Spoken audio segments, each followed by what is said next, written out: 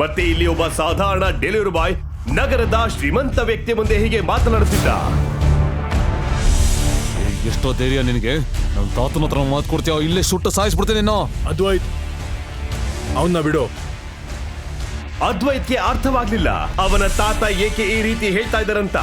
ಆದರೆ ಅವನಿಗೆ ಅವನ ತಾತನ ಮಾತನ್ನ ಕೇಳುವುದರ ಬದಲು ಬೇರೆ ಯಾವುದೇ ಆಪ್ಷನ್ ಇರಲಿಲ್ಲ.